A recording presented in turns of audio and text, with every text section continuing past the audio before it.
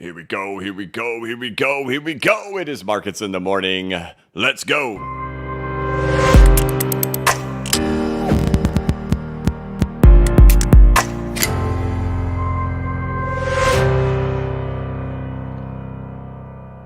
Hey, what's going on, everybody? This is the Blockchain Backer bringing you the latest cryptocurrency news and analysis. Welcome to Markets in the Morning. Today is Wednesday, April 30th, 2025. This is Markets in the Morning, where we take a look at the price action of the cryptocurrency market, including the Bitcoin price chart, the altcoin market, the XRP price chart, as we get ready for the United States stock market to open up here in the next 2 minutes. We'll also peek at things like precious metals like gold and silver and the US dollar currency index, or the DXY. Try to tie the whole picture all together, and then check out whatever type of financial news or crypto news is going on out there in the world. We had a relatively green morning, or at least, stable morning throughout stocks and crypto here until we just got the Q1 GDP released. So we'll talk about that here in just a minute, and that's going to have futures are down, so it looks like we're going to be down a little bit over there in the stock market as it opens. It looks like the Nasdaq's down about 1.75%, the Russell down 1.6%, and the S&P 500 is down 1.2%, with the Dow Jones down 0.72% off this news release that happened just about an hour ago, or a data release that came out just about an hour ago. So we'll dive into that stuff right there, and I figured, you know what, let's just go ahead and jump right to that. Make sure. All right. Well, Bitcoin sits at 94,500. Other notable things: just released a newsletter that was just published maybe an hour ago. Over there, market split in two. Crypto leads, stocks linger. A divergence emerges between Bitcoin, SUI, and gold, with equities in limbo, and positive signals emerge. So we'll talk about that. We'll talk about some of those things even here in this video right now, or in this live stream right now, to kind of keep us all on the same page. It's reiterating some of the things we've talked about in past videos on, what recoveries can look like, where we're at, the complications of it right now, and how just like this exact moment in time that we're at right now, you can kind of go either way. Like we keep talking about like an ABC correction coming out of this market, that it is just so likely that it's going to eventually come. In my mind, I'm just sitting there thinking, man, this thing is going to come. When's it going to come? Is it going to happen from higher prices, like a typical ABC? And we'll dive into those types of things, or do we have to just be concerned that these things can show up here right now? And that's really just where we're kind of stuck in right now in this exact moment of the market, and just waiting to see, is it going to emerge from here? Or are we going to do like we have in the past? You go shoot up a little bit higher, and then we get it. So big picture stuff, of course, still just following this model in here. We've been humming along in here. Again, all these things are like what happens when bottoms are occurring, get all the bullish divergences, whatever. We'll dive into all of that stuff. Let's talk about what's going on with the news that's come out this morning, right? So we have Q1 GDP released. It's at negative 0.3%, which shows a contraction in GDP. Of course, why does that create concerns out there? Well, because if you have 2 consecutive quarters of negative GDP, it implies that you are entering into a recession, right? Maybe we're going to get earnings out there. I totally think if these tariffs stick, we're entering into a recession. I don't know how we're not going to. But you can see in here, Zero Hedge talks about, the biggest contributions to Q1 GDP, and I'll kind of explain these too. So GDP was negative because of only 2 components. One, the trade and import subtracted 4.83% on tariff front running, and government subtracted 0.25%. This is the first negative government contribution since 2022, right? So does that have stuff to do with Doge, right? Is that Doge stuff in there reducing the government things? But I definitely understand. So when they're calculating GDP, it's, are there more imports that are happening versus exports? If there's a really big imbalance in there and imports far outweigh exports, that negatively impacts GDP. So right in here, obviously you can see this blue contribution of negative in here. This is all from trade imports, subtracted 4.83% on tariff front running. So I've tried to explain that too, and understanding that, because I have actually imported a lot of 40-foot containers around the world. And in 2019, Trump was really threatening that there were going to be tariffs implemented as well on China. I remember it I believe the exact dates, just from my memory, because it was such a big deal. It was October 15th, 2019 and December 1st, 2019. And I just remember importing so much excessive containers during those months leading up to that to try to front run and beat those tariffs. And then, by the time we got to those dates and we got to October 15th, it was like, never mind. And then by the time we got to December 1st, never mind. But everybody had front run it and brought in lots of inventory and lots of containers, and a lot of importing was happening leading up to the tariffs to try to beat them. So it makes sense here in Q1, right? His entire campaign promise is, tariffs, and he's talking all about tariffs and expecting for them to come. What happens? We finish Q1, right? It's not until April 2nd, right? So it's once we enter into Q2, so we're on the second day of Q2, boom, here's Liberation Day, here's the tariffs, boom, right? So massive amounts of imports to try to front run the tariffs occurring there in Q1. So, right, it would make sense that this would happen and this would impact Q1 GDP. The question will be, what does it look like now in Q2?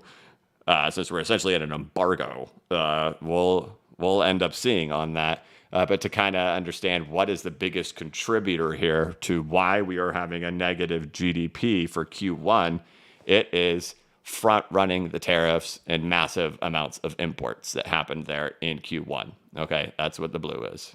All right. And then a little bit of government stuff. So there you go. That's what's happening, and that is why we are seeing just a big push, right? So the market still anticipated that to happen, right? But the market anticipated 0.2% GDP. Still poor performance. Anticipated 0.2. Instead, we get negative 0.3%. So red reaction to the market in there. All right, Bitcoin sitting at 94,500. XRP, I think, at 216, 217. Where are you? Here, 217 this morning. We'll dive into that here in just a second. So the things that we've talked about in past videos, things that we've talked about in the newsletter that I just published in there as well, is just what we have happening in here in the price behavior of Bitcoin. In me, I'm convinced, right? I'm convinced we put in our bottom. We got all the bullish divergences in there for it to happen. Boom, a trend change happening in here on these indicators, right? We acted just like you normally do. And we see these types of corrections quite frequently. And even just in the last 5 years, I think we've seen it 4 times. So we've got examples of how they can occur. The easiest thing that's just going to be able to follow along in here is that we just give it like another push up, as if Bitcoin's acting like this is like the 2022, 2023 crash. We did every little phase of it in here, right? We even end up getting like our FTX moment happening down in here to mark the low. This is how we end up getting it. We get it with tariff stuff. Boom, price just pushes right back to the upside. This would be our easiest thing to follow. Like a no-brainer, no problem. And frankly, I still favor this as being like my primary base case, but it's hard to like have 100% confidence, but it's like a primary base case for me. Because I've seen parabolas, and like I remember the parabola of Bitcoin back in 2017. And essentially the way parabolas tend to work is kind of like this. So you end up getting this.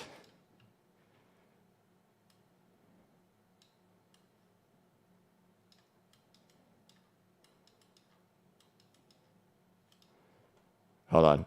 I should have prepped this before we started, but anyway, you'll get the idea. Then you get another one that's even smaller. And even smaller. And it just keeps repeating it over and over in tighter time frames to create parabolic.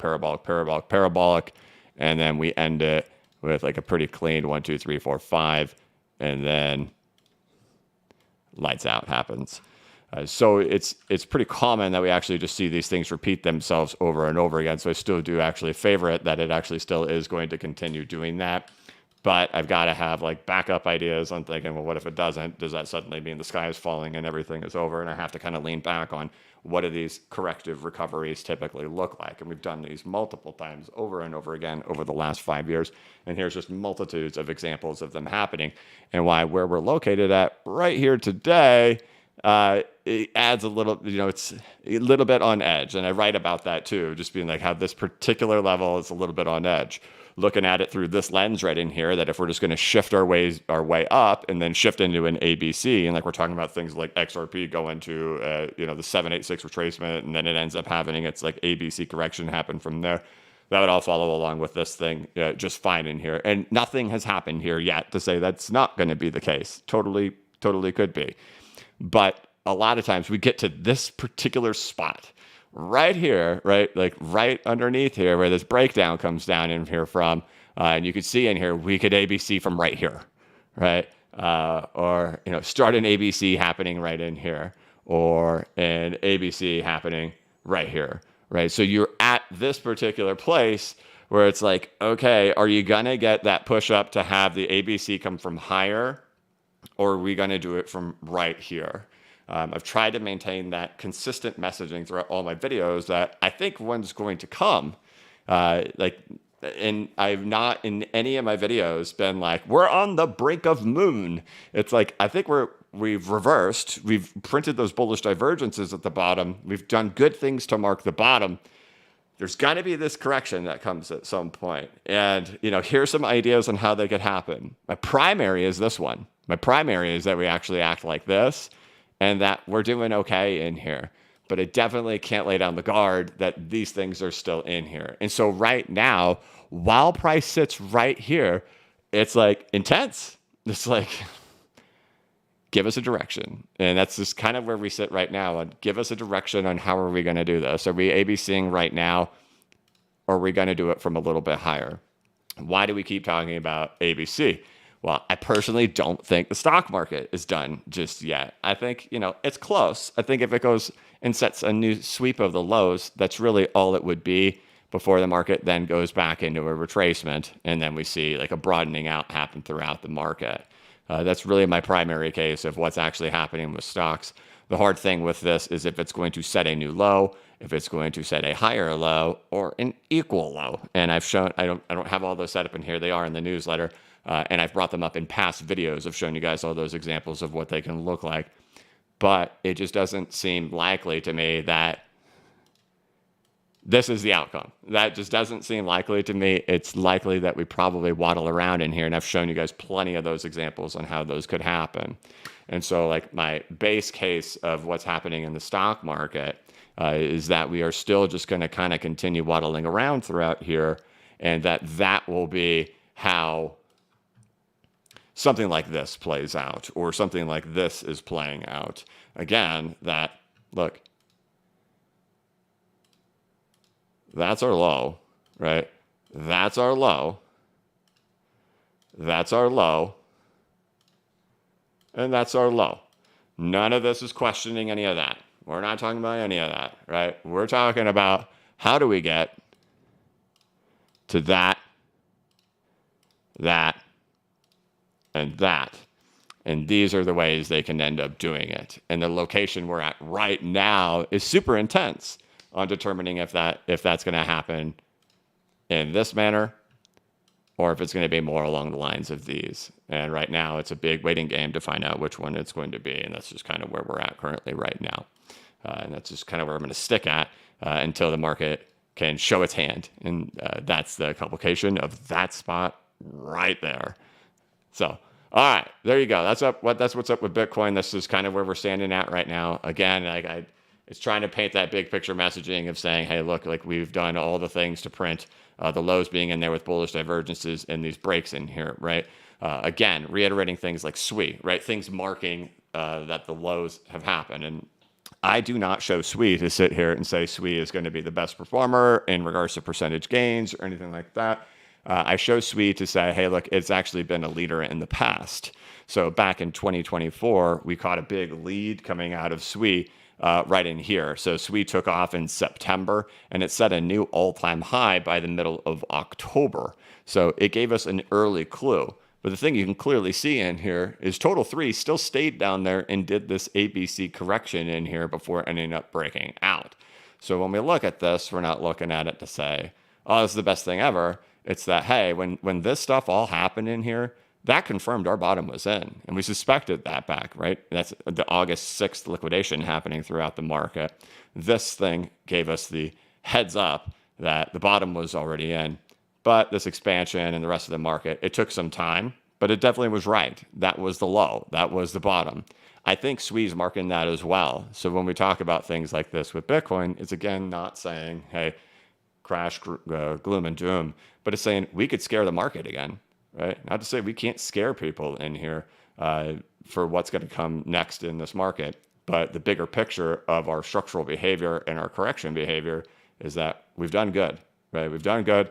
There's not a clear-cut thing in here, right? And I've gone through to be like, hey, what could be your odds, right? Like, do you have like 80% chance that this is how they typically play out? Do you have 60% chance this is how these things play out? Hate to tell you, it's 50-50. 50% chance of all these structures that I've found. You have 50% chance that's the way you go. You get out, and then you correct from higher, or you correct from right here. And that's where we're at. And I remember in the last live stream, somebody was like, just tell me which way it's going to go. It's all a game of probabilities, right? It's all a game of odds. And what do these things tend to typically do? That's your odds, 50-50. Now, in regards to this, again, reiterating, right? These things have marked what lows look like, that this is the bottom. It's just about how to get to here. And these are the variations we can form to get our way up in there right now. So, again, to add supportive arguments to the fact that that was the bottom for Bitcoin is SWE, right? And what SWE has been doing in regards to being the leader. We've watched this for confirmation of bottom. We've got it, but we spent all last week saying, you know what, there's probably going to be a 30% correction that comes out of it. It's probably going to flash in here, right? Just because we go up that fast doesn't mean we're going to stay that way. You're going to see this stuff happening in here. Then it'll be all about the next phase. And I will change tune in regards to being like if SWE pulls one of these and gets right here, and there's still a lot of lagging stuff happening in the market, and you've got SWE way up there already, it won't be like the hand-holding reassurance of being like, oh, I think we're okay, right? It'll still be like, I don't know, guys. It might be that we only have a couple of these things that are doing anything significant, and that might be it. But we're just nowhere near that, and that's where I think we're going with SWE. And that'll be, once that happens or shows up in the market, then it'll be like, oh boy. But either way, that's why we pay attention to it. Again, it was a leader back in 2024. It's why we've monitored it. But we still saw an ABC come out of here for the whole market. And that's just the complications of where we're at right now, or whether or not we're just working on something like this to inevitably still just continue the march for the ABC higher. I don't know. I favor, I've messed this whole thing up. I favor that, right? Because it makes sense. Like I just showed you that a lot of times you just repeat these things over and over again, smaller and smaller and smaller and more aggressive until they come to a conclusion. So that's what I would expect to see happen in here, but I'm not blind to it of how they can go. So just keep that in mind. I think in the next couple of days and by next week, we'll know. So that's just where we're at. All right, there we go. We've covered those. Again, I just kind of showing that over there with Binance Coin. I don't own any Binance Coin, but I did show that in the video posted there on Monday. That there's still this strength in here, and that's why we pay attention to SWE as well. It's one of those coins that have been stronger in the market. Binance Coin has been one of the stronger ones in the market too, and still structurally it looks fine to me. XRP still just hanging out in here. If we don't get Bitcoin to go in that manner, right? So if Bitcoin doesn't follow this and Bitcoin's doing this stuff in here, right? One of those ideas that's been presented on this, right, is if we're just still going to continue humming along, right? This is what happened with Ethereum Classic back in 2021 as it got back to its all-time high.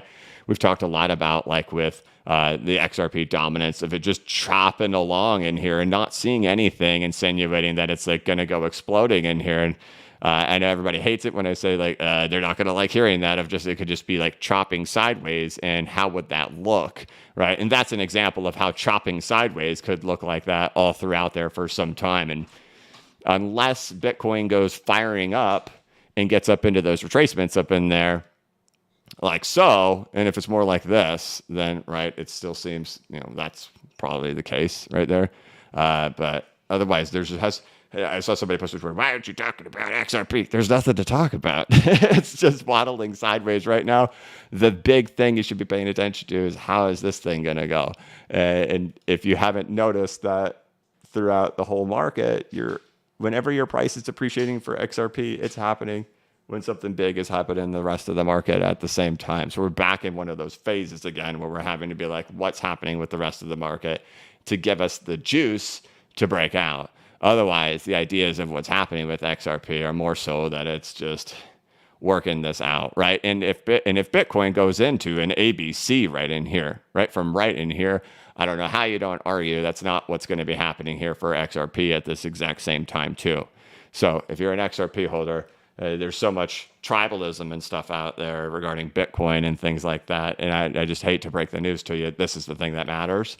And so this is why we pay attention to it. And I tell you guys all the time, like, I don't even have like a major percentage of my portfolio in Bitcoin. So like, if Bitcoin like fired to $1 million, I mean, yeah, I'd make money, like, but like, I'd be like, dang it, I'm positioned wrong.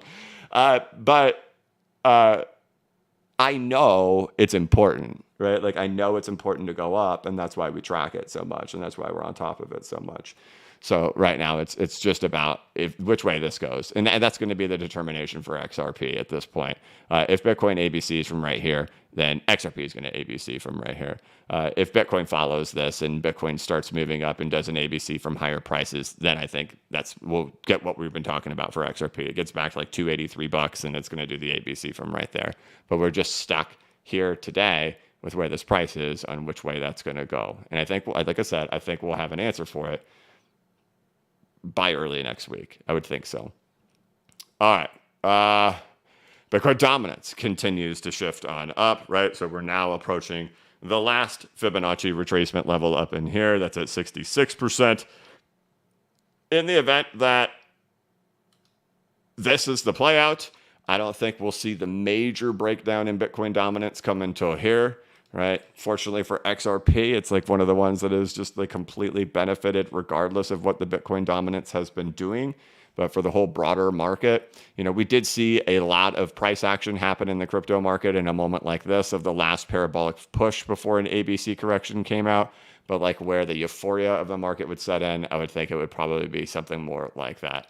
Oh, geez, I got people asking for the frog in there. And oh, man, I did it again. 22 minutes in, we don't have the frog. So it's all phases, right? And that's a lot of what I wrote about today too, right? Like, you have a very strong argument. The love is in for Bitcoin, right? The love is in. The big question is how we get to this part here. That's it. That's what we're trying to figure out at this point. So, okay, I got to get you guys the frog, guys. Happy Wednesday. I know we got red in the market, but you know what? Prices are still higher than last week. So there you go. It is Wednesday, my dude.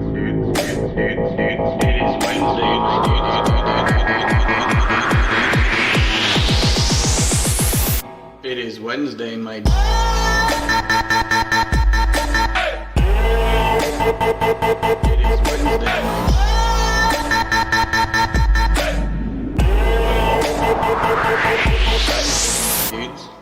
Yeah, a thought came to my mind too. Things that are interesting about this, right? So why do I bring up Apple? I don't know if I've explained that, why we've brought up Apple and talked about Apple. In the past, you guys know we've talked about United Health, right? And that's been something that we've discussed, which, side note, you guys do realize that very peak top of the Dow Jones Industrial Average, it happened on the day of the United Health thing. There was like a weird forecast made like a year in advance, and that is not what I thought. That is not what I thought. Anyway, United Health has been the number one contributor to the Dow Jones Industrial Average. It's now been overthrown because they had like an earnings miss and lost like 22% in a single day recently. They now have been overthrown that Goldman Sachs is now the number one contributor to the Dow Jones Industrial Average. But Apple is the number one weighted contributor to the S&P 500 into the NASDAQ. So it's the big boy. Apple is like the Bitcoin of the stock market. And so that's why we've been talking about that. By the way, if you were like, why do we care about Apple? It's the big boy. It's the Bitcoin of the stock market. So if that's the way that's the way you want to kind of think about it, right? And conceptually, ideas.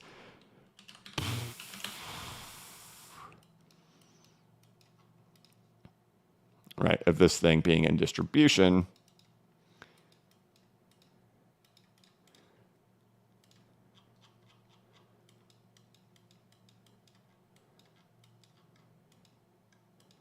I think the challenge and why that ABC is going to come at some point is that I just think we're in distribution. This is your ABC. That's your ABC, right?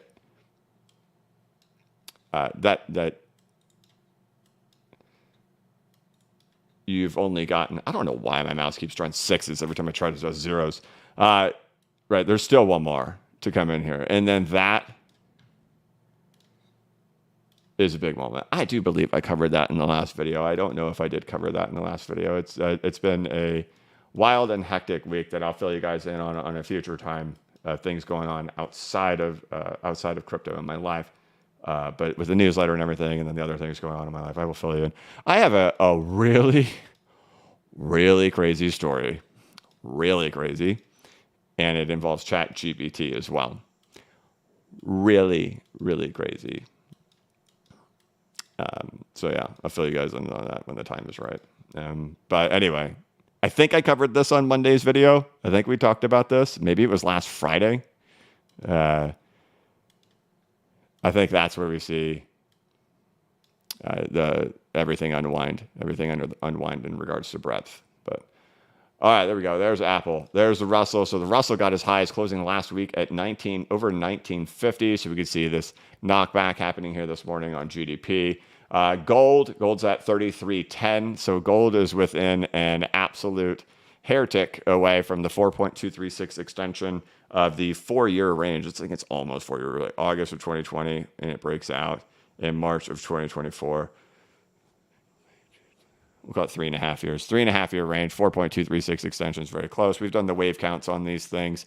You've got the macro waves, the intermediate waves, the sub waves, microwaves, everything. That gets you there within a hairline of it. You got all 5 waves in there. The thing that was interesting about this in particular, and I am curious if it's going to try to just go hit it with like a bearish divergence. But one immediate thing that I noticed right away was that that breakaway that happened there with Bitcoin when gold does that. And so those are important things to notice about once there becomes a divergence that happens in there, that Bitcoin broke the opposite way of gold. So I think that's kind of a signal, a little micro signal in there that it is, all those wave counts are right. You are there. And we're probably approaching the top of gold if it has to work out a process here, if it's going to do some fake attempt to stab at it. But that's what you want to see for sure happening in there. Right? You see these, right? These are the opposites, right? That was a pretty good one. So, all right, there you go. DXY 99.41. Stock market news. U.S. economy shrank 0.3% for the first quarter as Trump policy uncertainty weighed on businesses. Treasury yields fluctuate after data shows economic contraction and greater inflation. Dow futures slide 300 points after data shows economy contracted last quarter. Trump blames Biden overhang after GDP shrinks in first quarter. Says growth will take a while. It's smart for a president to always blame the past administration during your first quarter. for anything that is happening, because you can kind of get away with it and call it that. But we can see the data. We can see the data is definitely tariff front running that is causing the GDP contraction happening in there. And that's not to take a stab at Trump or anything like that. I think every president should do that.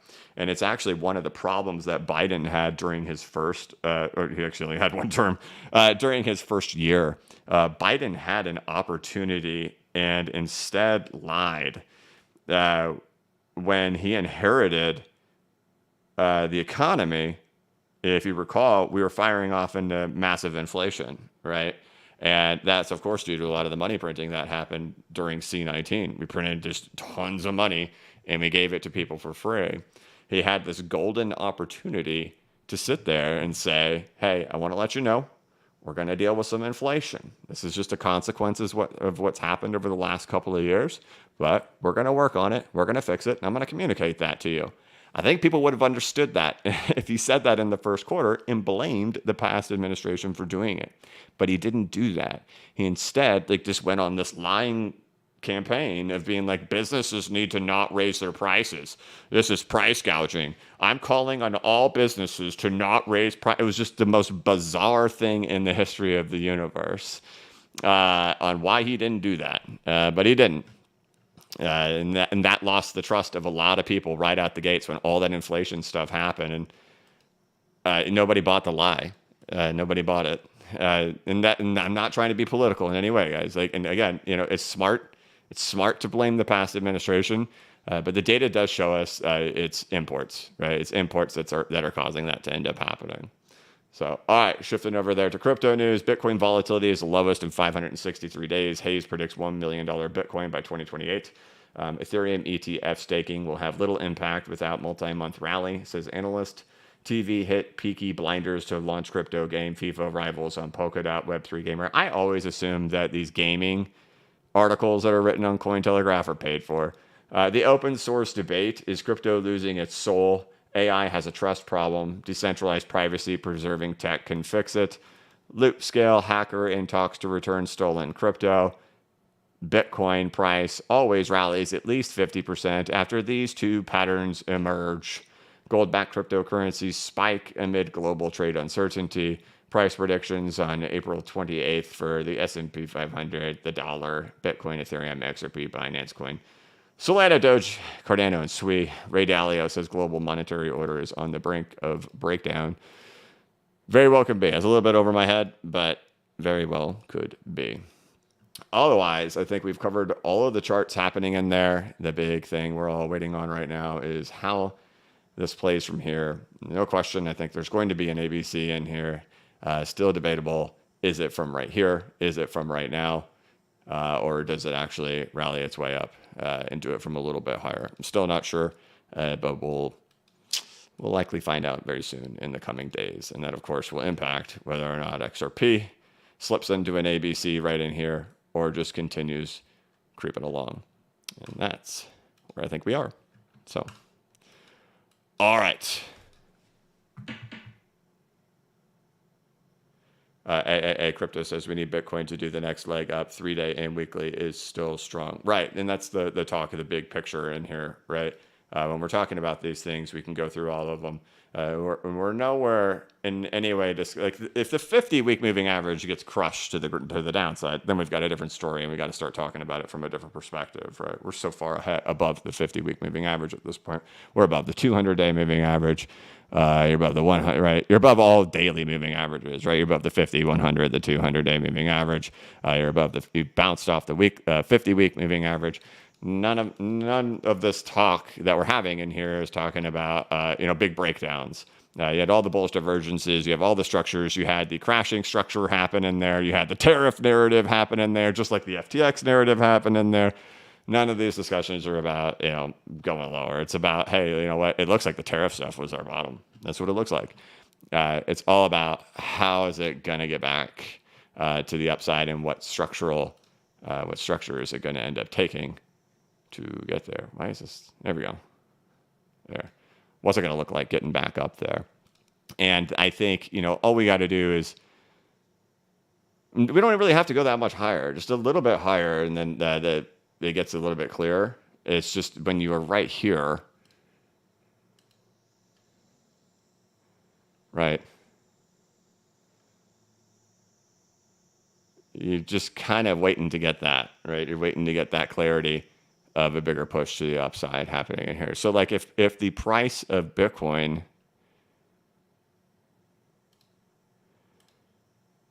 got above here, and I know it's that's not that far, it's like 5%. If it got above like 99,000, right? I think it's pretty good. Excuse me. I think it's pretty good for us to have gotten that high. By then, we're kind of already insinuating that we're probably going to do the ABC from a little bit higher. But right here, right now, I think he's I'm not fully sure if it's clear. So I just need to kind of give it a minute.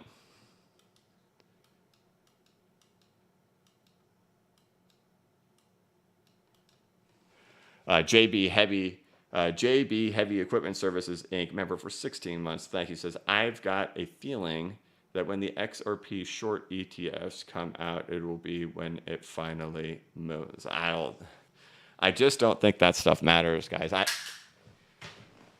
I genuinely don't even think an ETF matters.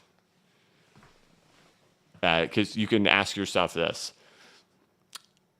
Did the Ethereum ETF matter? Right? No. Not at all. It's just been crashing and crumbling since the Ethereum ETF.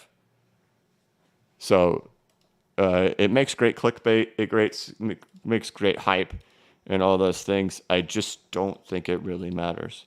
And not only that, but price rallied all the way up to hit a new all-time high without ETFs, right? What it is it's animal spirits, it's extreme risk taking, it's all that good stuff. When the animal spirits hit the market, that's when price tends to move up. I don't know what the ETF products will end up doing, how much money will get eaten by the issuers versus what would have otherwise gone into XRP in general. Maybe, it gives people in like retirement accounts abilities to access it and stuff like that, but I don't know how many people are really going to do that versus like, Robinhood. You can buy XRP. That's great, right? That's great. That's retail, right? So it's already there and you can buy it on Robinhood. So it's not like you can't buy it, at your broker or at least a broker. But will the ETF truly matter? I don't know.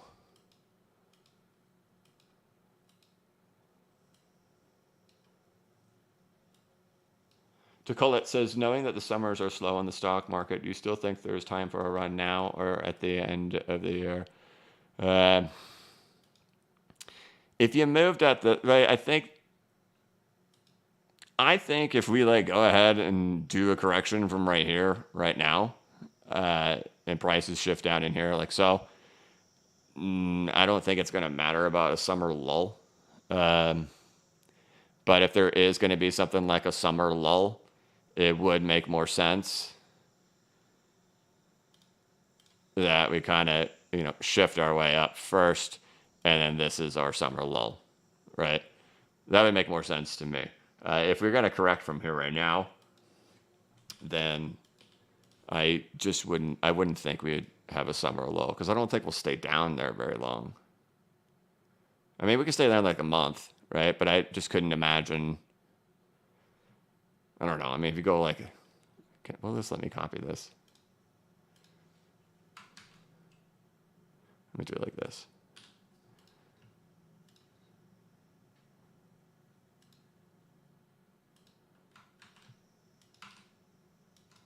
No.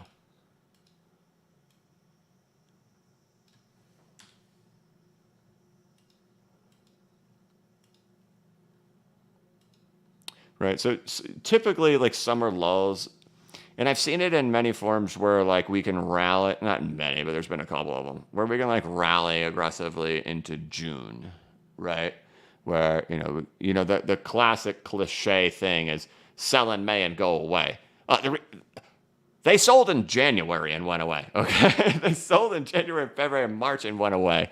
Now that's not so much the case at this point right now. We've already done a lot of the price action in there. So I've seen things, where we'll rally in May, we'll rally in June. I can't recall a time where a big rally took place in July. It's hard for me to think back. I've been in this market. This will be my 9th summer in the crypto market. And I've been obsessive about it every day like this for all 9 of those summers. I can't recall a crazy July. Maybe there was a big reversal in 2017, but I don't recall anything like being euphoric in July before.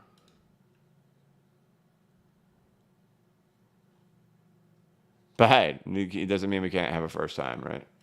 Right. But also, it's not common, from my recollection as well, for it to be so trashy in March and April, right? That's not common either. Usually, those are kind of the better months.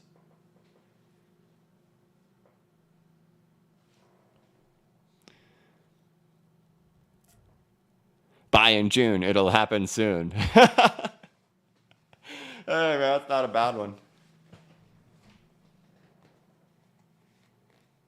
Check the Fed watch. Oh, okay.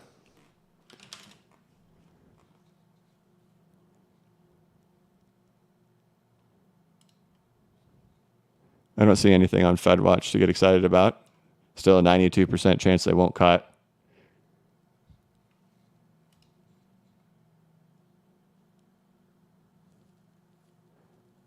Hey, it says, hey, BCB, Ukraine loves you. I look forward to your streams. You taught me a lot. Thank you. That's amazing. Thank you.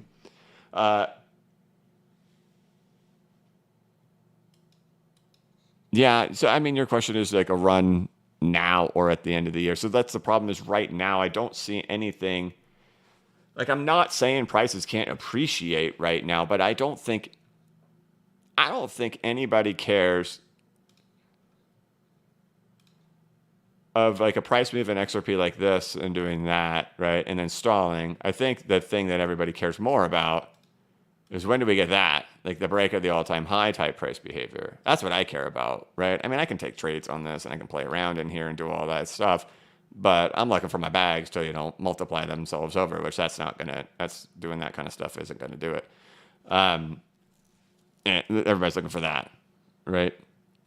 With the concerns that there's likely still a correction, because I think it's going to happen in the stock market, like we're right here in stocks, and that there's still like a sweep of the lows or double bottom or slightly higher low that'll push it into some type of retrace first. I wouldn't be surprised if we do push higher, but then we just stall until we can get that moment. So I don't know how much time that's going to take. I just don't. And like your question is it going to happen now, or price is going to go up now? I mean, we could do that now. Like, we could, and prices could rise, but I'm more focused on when can we do like the tweet from back in November, right? XRP, it is time, you may send. Like, I'm wanting that moment. That's the moment I care about. I want the market cap to go hit the 4.236 extension. I want to be selling $8, $9, $10. I want the internet yelling at me. I want people dragging my name through the dirt, saying I'm wrong. That's what I care. That's the moment I'm looking forward to. I think we could see prices rising, but I don't see that moment yet.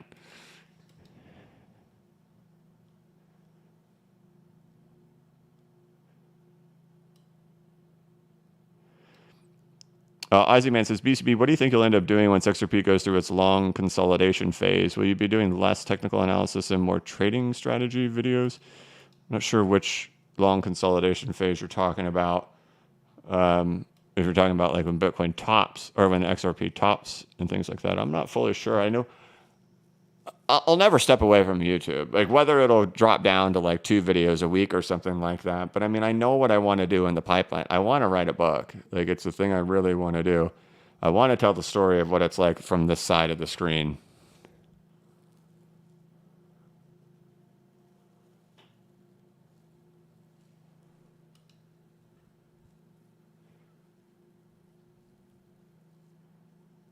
Vox Game says, I'm more interested in staking and earning passive money with these things than trading. It's just the problem with staking and earning passive income, right? Been here long enough, right? There's all these different creative ways on how to do it, right? And the thing that always, like, definitely the thing that I saw happen in both 2018 and in 2022 were the master node things. It was an insane psychological thing that happened in the market. What were they?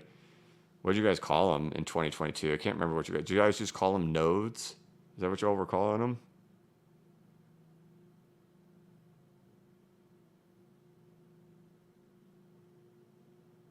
I can't remember.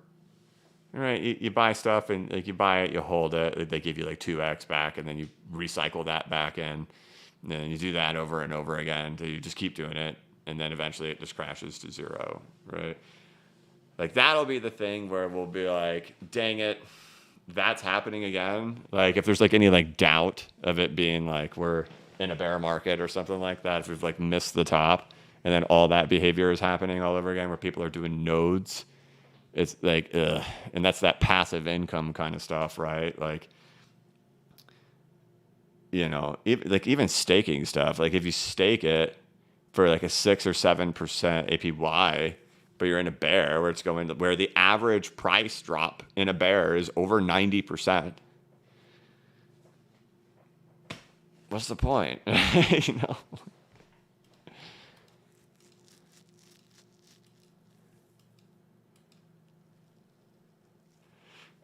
Yeah, and the thing is with nodes, it's not that you technically got rugged.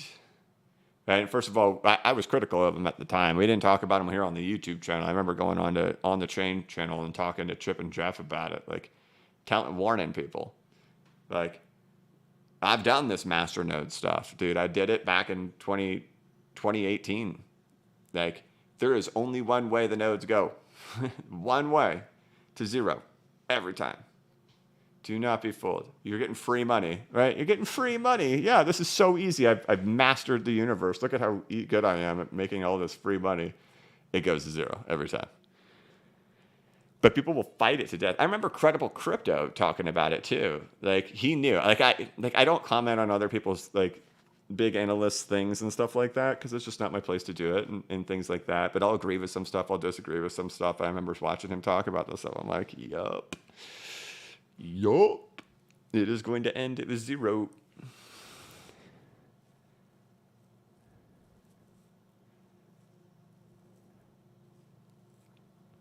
It was the summer of 2021.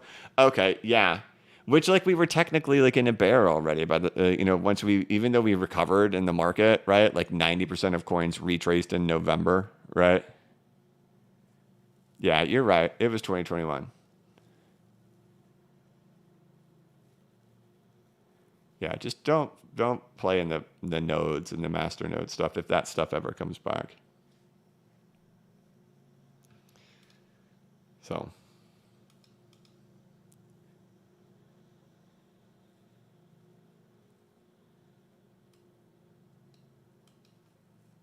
can you show us the crashing structure of Chico Crypto? I don't even know what that is.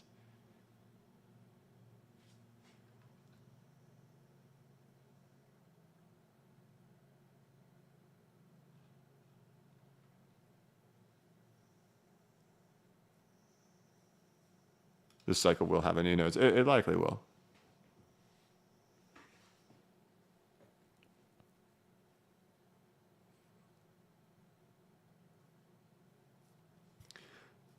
So right now, we're kind of rounding up on our hour here.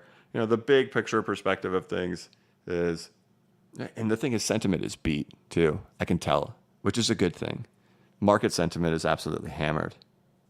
And if you guys remember that in September and of October last year, I was pointing that out, that market sentiment was hammered. And I can see that on extra data that I have. It's all slammed, guys. Beat to a pulp. That's what you want, right?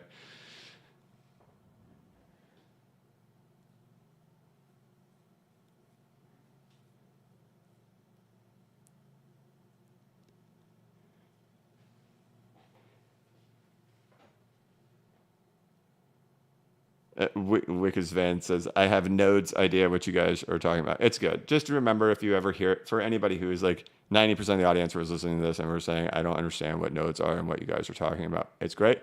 All you have to do is remember in the back of your head, nodes, master nodes. And whenever you see somebody selling you a pipe dream that you're going to get rich on it one day, remember in your head, wait a minute, this is a bad thing. Let's look at the stock market. How is it doing? Negative 397, negative 600. I don't know. The headline had said negative 700 on the Dow just a minute ago.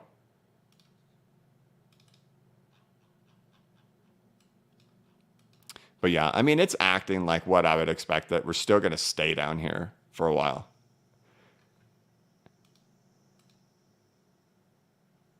And the big question is this a double bottom? Higher low? Oh, that's a higher low. That's a double bottom. Or is it a sweep?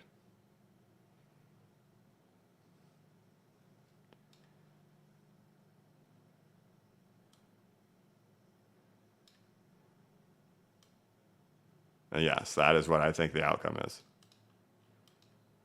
And that's in correlation with all the things we talk about in Bitcoin and the crypto market.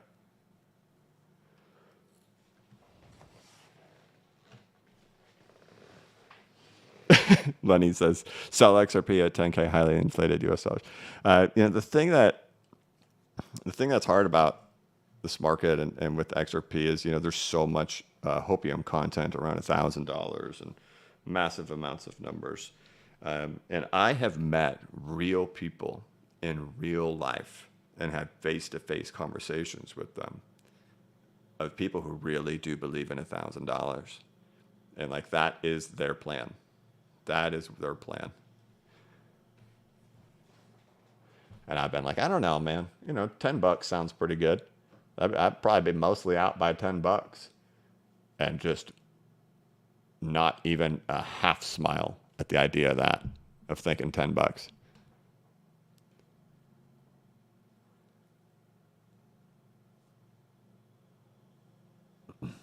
Cuddy's. I know you guys hate this, but Cuddy says the fig trees are surely approaching the 786 by now BCB. Yes, they are growing. Dennis says, when crazy GPT story?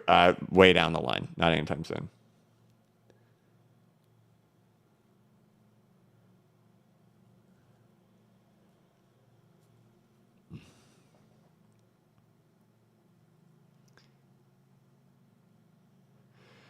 Vox Game says, yeah, influencers, but also Uphold. The exchange is putting out $1,000 XRP posts. I don't know. That's the interesting thing about Uphold, right? So I'm not sponsored by any of these. I don't have any sponsors, right? So I can talk about anybody. I can do whatever I want. Uphold's massive business model is attracting the XRP community, right? That's how they make their money. And that's why they do that. I'm assuming, I have no inside information.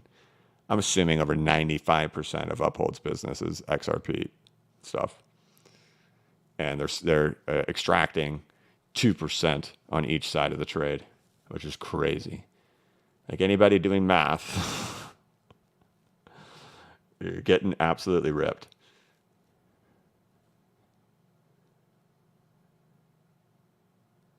I don't ever recommend any exchanges because I don't know what the end result's going to end up being for them, right? Uphold was great to the XRP community. It gave an on ramp for U.S. citizens during the whole thing, right? And I get it; people want to reward them for that, but they reaped the rewards during the whole time anyway. It didn't matter; like, they made their money, right? And that was the cost you had to pay as a U.S. citizen. Is you had to pay 2% on each side of the trade because you had to go to Uphold. But at this point, no, right? Like, you definitely shouldn't be paying more than 0.5% on each side.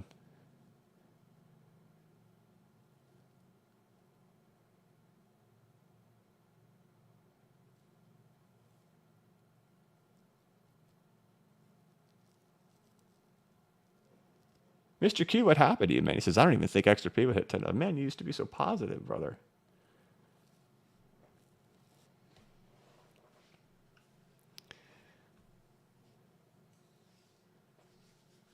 Like, this guy was like over the top positive, like, every day.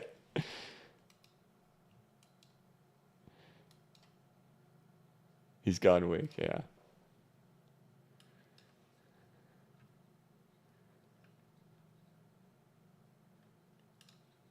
So, market looks like it's stabilized here after going through the opening. We're almost an hour after the opening at this point. It was kind of the initial sells happening there in pre-market once the...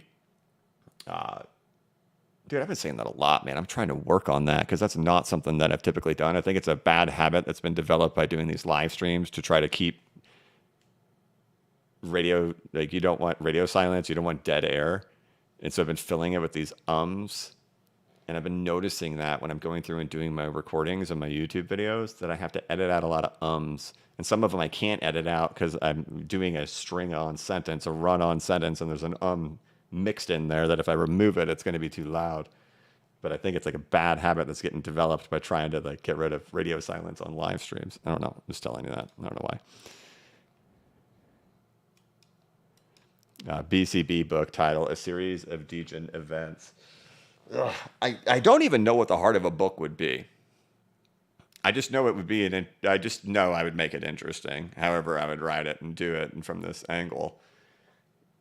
It's always interesting when, some people embrace the YouTube attention and things like that, and then put themselves on a pedestal of fame and glory. And I've been to these things before where you see these people in real life and they like have all of their like memorabilia there and they're having it signed and they're handing it out and they're like really embracing this like celebrity status and stuff like that. I've never been like that. And I've always just come from this angle. Like I am 100% a regular dude who turned on a streaming software and started capturing my screen and talking. And I got this big audience, and then in the end, still just being this regular guy and traveling the world to these conferences and stuff like that, and how bizarre it is. Like when I went to the proper party, it was 5 hours of shaking hands and taking pictures nonstop. There wasn't a minute in between. But in my own regular everyday life, I don't embrace that. I just try to be like this regular homeless guy when I go to Walmart, when I go to the gym, just like, I'm homeless, don't talk to me. Scruffy and dirty. But yeah, I don't know. I think there's a lot to say. And just, the trials and tribulations and the difficulties and the hardships and showing up during times where you don't want to. Dude, there's times where you gotta turn this thing on and show up, and you're just like, oh my gosh, right? A lot of time we talk about managing emotions, but that doesn't eliminate them, right? There's still those times, man. Like when Luna collapsed, dude, that caused like physical sickness, and I didn't even own Luna. It just scared the living crud out of me that it could even happen to the market.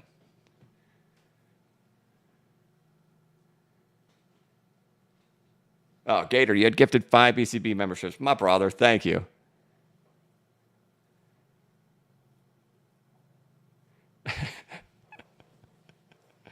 No, I got asked if I would do an analysis on Flare. I don't cover Flare.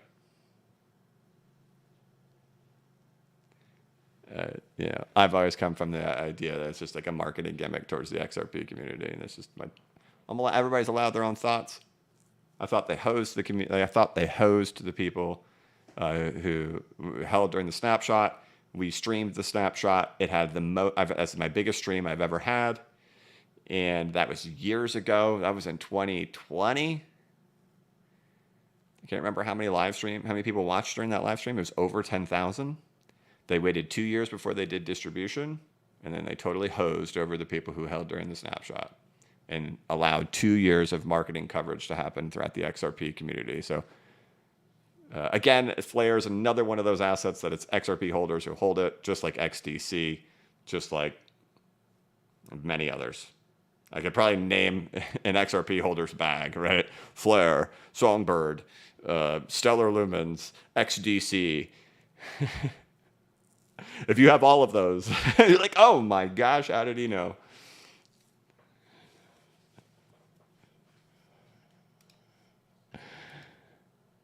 I appreciate the super chat, yeah, but no, it's just kind of one I don't touch. December 12th, 2020. Yeah, it was shortly before the lawsuit was filed.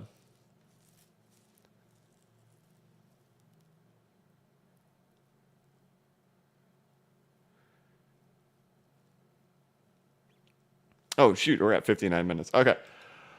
All right, guys, there we have it. Price is a little bit recovering here after a kind of a shaky morning after the GDP results came out with negative 0.3%. However, I showed you guys there, even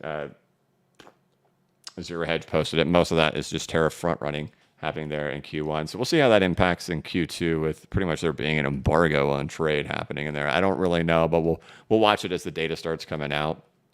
Otherwise, for crypto and Bitcoin, it's just this big weight on, are we just working our way to get a push up? And I think we could see positive price action happen in the market in this event, but I just don't think we're going to escape like retraces in that. I think we're going to correct, and then we've got to get beyond that. And I think a lot of that has to do with stocks, but you can read about that in the newsletter, and I've tried to cover that in past videos and today here in Markets in the Morning. But that was put out this morning. It's got let's go through it. There you go. It's got a 29-minute audio recording included in there as I go through all of this stuff happening in here throughout the market. And that's at blockchainbacker.substack.com. But Bitcoin back above 94K. So that's good. And otherwise, we'll check in on it tomorrow.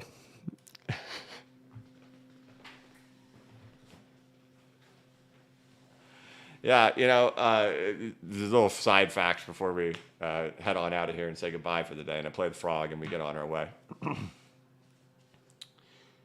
I've had to teach my wife Spanish a little bit because we play Call of Duty sometimes. It's like a nighttime tradition. It's great because you can just play like 10 minutes and then you're done. So we'll like pass the remote back and forth and we'll each play 2 times. So we each play for like 10 minutes. It's kind of like a nighttime ritual that we have. And on Call of Duty, there's a map called Bullet where you're like in this train. And it's funny because she sometimes calls it El Boleta. And I had to just like kind of laugh. That is so silly. That is not how you say bullet in Spanish. It is La Boleta.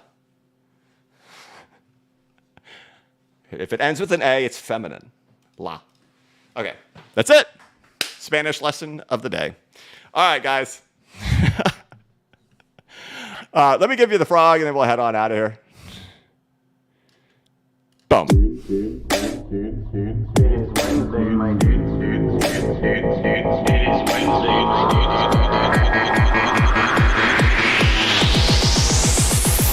It is Wednesday, my dude.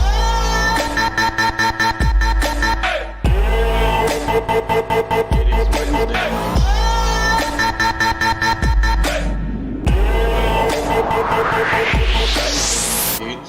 There are probably 300 or 400 Spanish-speaking people in here who just couldn't believe what they just heard just now. But okay, that's going to be it for now. All right, everybody, have a wonderful day. I want to thank you all so much for watching. If you could, please like the live stream and give it a thumbs up. If you're new to the channel, please subscribe and hit the notification bell so you can be notified of when I create new content and when I go live. As always, this is not investment advice and I am not a financial advisor. But if you ever need a pick-me-up or a little bit of reassurance, just remember that the blockchain backers got your back. Have a good one.